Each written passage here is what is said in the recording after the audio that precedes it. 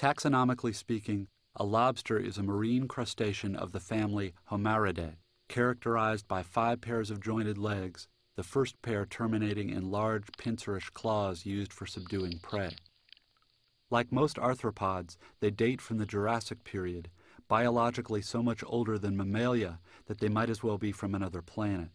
And they are, particularly in their natural brown-green state, brandishing their claws like weapons and with thick antennae a whip, not nice to look at. Most of us have been in supermarkets or restaurants that feature tanks of live lobsters, from which you pick out your supper while it watches you point. As an a la carte entree, lobster can be baked, broiled, steamed, grilled, sautéed, stir-fried, or microwaved. The most common method, though, is boiling. A detail so obvious that most recipes don't even bother to mention it is that each lobster is supposed to be alive when you put it in the kettle. This is part of lobster's modern appeal. It's the freshest food there is. Is it all right to boil a sentient creature alive just for our gustatory pleasure? A related set of concerns. Is the previous question irksomely PC or sentimental? What does all right even mean in this context? There happen to be 2 main criteria that most ethicists agree on for determining whether a living creature has the capacity to suffer, and so has genuine interest that it may or may not be our moral duty to consider.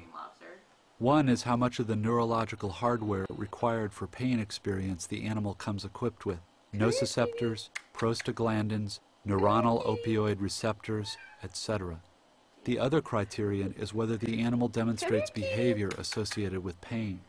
And it takes a lot of intellectual gymnastics and behaviorist hair-splitting not to see struggling, thrashing, and lid clattering as just such pain behavior.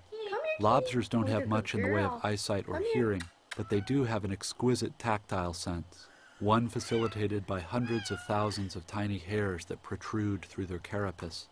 Quote, "Thus it is, in the words of T.M. Pruden's industry classic About Lobster, that although encased in what seems a solid, impenetrable armor, the lobster can receive stimuli and impressions from without as readily as if it possessed a soft and delicate skin."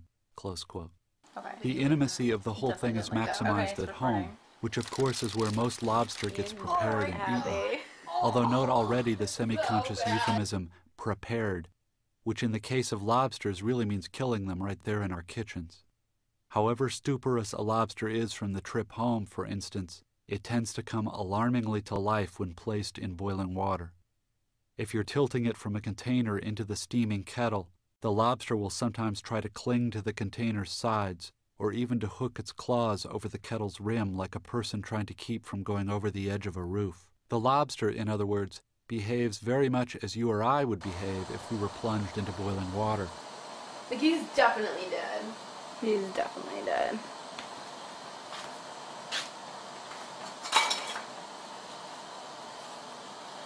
You can poke him with a spoon. Yeah.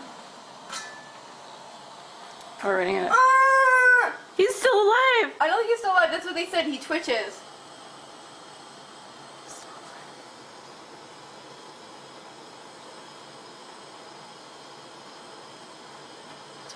God, this is so barbaric. He's so fucking moving.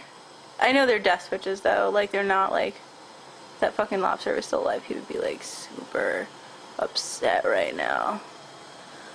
Oh my God. I hate this. I really hate it. Like, it's so disgusting. Like, I want to puke right now.